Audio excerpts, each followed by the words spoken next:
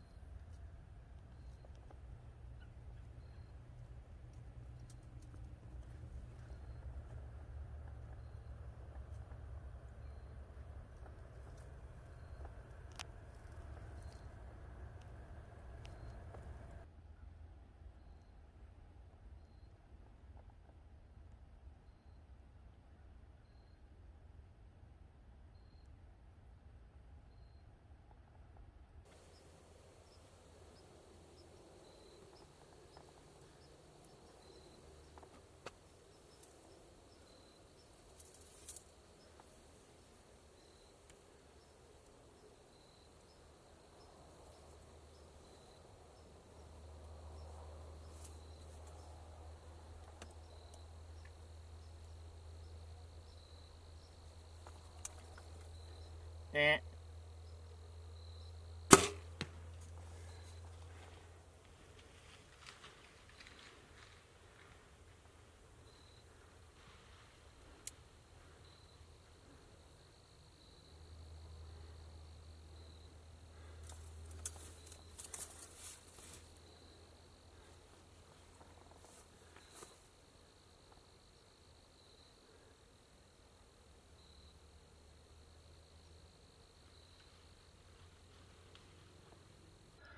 Alright guys, well, I think I just punched out one of our target deer. That deer is a dandy. I've seen him on several trail camera footage. He was out there yesterday afternoon about 2:14 on another field, and it looked like he was coming from back in here and moving forward back out into that field. So I think it was about 35 yards, and I may have shot him a tad bit back, but it should be still right there at the back of the lungs. He ran back up in there, pushed a whole bunch of does over that little ridge there. So really look forward to seeing with this deer. I'm almost positive that should be a fatal shot. And I think he worked maybe 60 yards back in the woods. I watched him for a little bit, and then he started taking off back this way.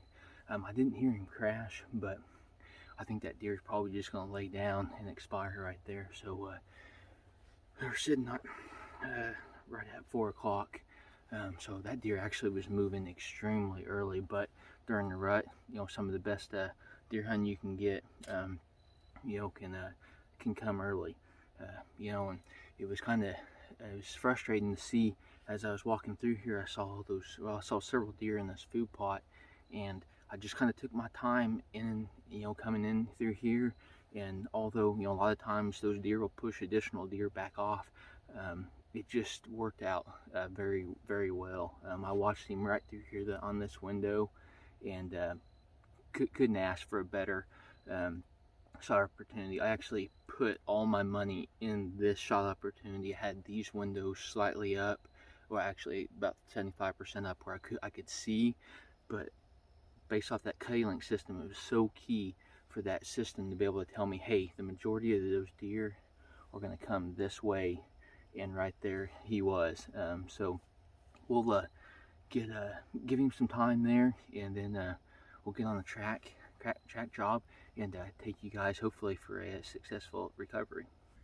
Alrighty guys, well, we ended up finding this deer. We found him last night, but it was fairly late. We went ahead and let that deer go for a couple hours before we even attempted to come back in here. I think I actually gave that deer 2.5 hours before I even stepped foot in the woods where I saw him come in, and I definitely think it was the right choice, giving that deer plenty of time, especially with that shot placement there. It actually hit fairly well, but the penetration is what I really got worried about. And anytime that, it's not a double lung shot on this big of a deer, especially during this time of year, you really got to give that deer plenty of time to expire. But as that deer did work down this analogic food plot, there was a vertical mock scrape that I placed here. And typically what those deer do is they come through and there's a pinch right here. So it works out really well for overall deer wise. This is actually the first time I sat in that hay bale blind. I've let this this food plot solely alone, and I've got the Cuddelink system camera right there. I knew that there were deer moving in and out of here and on a regular basis, and based off another food plot we had, I saw this deer come through at 2:17 the day before in the afternoon. I think just scent checking does is what I would guess. And then he I didn't get to see him that evening. I was actually in there about 15 minutes later, about 400 yards away in the redneck, and I'm able to glass that entire field and wasn't able to see that deer. So it kind of let me know that that deer was actually coming from this direction out into that field. And I definitely picked the right location, 30 yards with this caliber of a deer. He was my main target deer this year, and extremely proud to harvest him. Those deer, they're flat moving early, especially in the afternoons, so definitely keep that in mind when you guys are getting out there. I haven't done any calling yet this year in Missouri. A lot of times I just let those deer just kind of do their natural patterns there, and it generally works out really well. These analogic food plots are definitely key to success. They're also definitely helpful to establish those doe patterns for when you get into the rut. It provides an extremely helpful tool to be able to locate your target deer and at least give you a really good chance of getting on them. So we'll leave you guys at that. Like always, best of luck on your guys' upcoming hunting and fishing season.